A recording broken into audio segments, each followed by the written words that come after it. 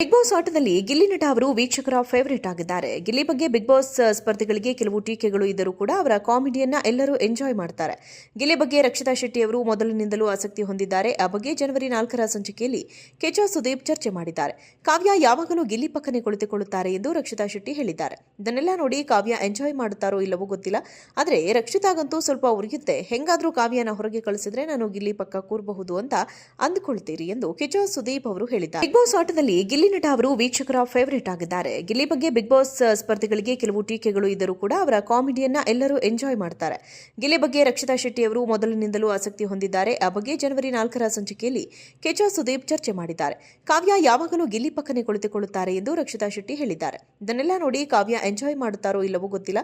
ಆದರೆ ರಕ್ಷಿತಾಗಂತೂ ಸ್ವಲ್ಪ ಉರಿಯುತ್ತೆ. ಹೆಂಗಾದ್ರೂ ಕಾವ್ಯನ ಹೊರಗೆ ಕಳಿಸಿದ್ರೆ ನಾನು ಗಿಲ್ಲಿ ಪಕ್ಕ ಕೂರಬಹುದು ಅಂತ ಅಂದುಕೊಳ್ತೀರಿ ಎಂದು ಕೆಚ ಸುದೀಪ್ ಅವರು ಹೇಳಿದ್ದಾರೆ. ಬಿಗ್ ಬಾಸ್ ಆಟದಲ್ಲಿ ಗಿಲ್ಲಿ ನಟ ಅವರು ವೀಕ್ಷಕರ ಫೇವರೇಟ್ ಆಗಿದ್ದಾರೆ. ಗಿಲ್ಲಿ ಬಗ್ಗೆ ಬಿಗ್ ಬಾಸ್ ಸ್ಪರ್ಧಿಗಳಿಗೆ ಕೆಲವು ಟೀಕೆಗಳು ಇದ್ದರೂ ಕೂಡ ಅವರ ಕಾಮಿಡಿಯನ್ನ ಎಲ್ಲರೂ ಎಂಜಾಯ್ ಮಾಡ್ತಾರೆ.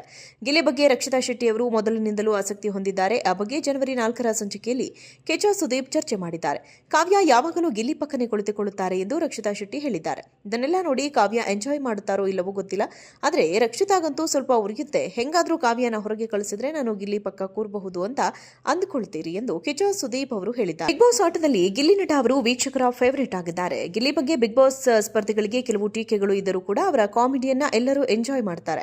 ಗಿಲ್ಲಿ ಬಗ್ಗೆ ರಕ್ಷಿತಾ ಶೆಟ್ಟಿ ಅವರು ಮೊದಲಿನಿಂದಲೂ ಆಸಕ್ತಿ ಹೊಂದಿದ್ದಾರೆ. ಆ ಬಗ್ಗೆ ಜನವರಿ 4ರ ಸಂಚಿಕೆಯಲ್ಲಿ ಕೆಚ ಸುದೀಪ್ ಚರ್ಚೆ ಮಾಡಿದ್ದಾರೆ. ಕಾವ್ಯ ಯಾವಾಗಲೂ ಗಿಲ್ಲಿ ಪಕ್ಕನೆ ಕುಳಿತುಕೊಳ್ಳುತ್ತಾರೆ ಎಂದು ರಕ್ಷಿತಾ ಶೆಟ್ಟಿ ಹೇಳಿದ್ದಾರೆ. ಇದನ್ನೆಲ್ಲ ನೋಡಿ ಕಾವ್ಯ ಎಂಜಾಯ್ ಮಾಡುತ್ತಾರೋ ಇಲ್ಲವೋ ಗೊತ್ತಿಲ್ಲ. ಆದರೆ ರಕ್ಷಿತಾಗಂತೂ ಸ್ವಲ್ಪ ಉರಿಯುತ್ತೆ. ಹೆಂಗಾದ್ರೂ ಕಾವ್ಯನ ಹೊರಗೆ ಕಳಿಸಿದ್ರೆ ನಾನು ಗಿಲ್ಲಿ ಪಕ್ಕ ಕೂರಬಹುದು ಅಂತ ಅಂದುಕೊಳ್ತೀರಿ ಎಂದು ಕೆಚ ಸುದೀಪ್ ಅವರು ಹೇಳಿದ್ದಾರೆ. ಬಿಗ್ ಬಾಸ್ ಆಟದಲ್ಲಿ ಗಿಲ್ಲಿ ನಟ ಅವರು ವೀಕ್ಷಕರ ಫೇವರೇಟ್ ಆಗಿದ್ದಾರೆ. ಗಿಲ್ಲಿ ಬಗ್ಗೆ ಬಿಗ್ ಬಾಸ್ ಸ್ಪರ್ಧಿಗಳಿಗೆ ಕೆಲವು ಟೀಕೆಗಳು ಇದ್ದರೂ ಕೂಡ ಅವರ ಕಾಮಿಡಿಯನ್ನ ಎಲ್ಲರೂ ಎಂಜಾಯ್ ಮಾಡ್ತಾರೆ. ಗಿಲ್ಲಿ ಬಗ್ಗೆ ರಕ್ಷಿತಾ ಶೆಟ್ಟಿ ಅವರು ಮೊದಲಿನಿಂದಲೂ ಆಸಕ್ತಿ ಹೊಂದಿದ್ದಾರೆ. ಆ ಬಗ್ಗೆ ಜನವರಿ 4ರ ಸಂಚಿಕೆಯಲ್ಲಿ ಕೆಚ ಸುದೀಪ್ ಚರ್ಚೆ ಮಾಡಿದ್ದಾರೆ.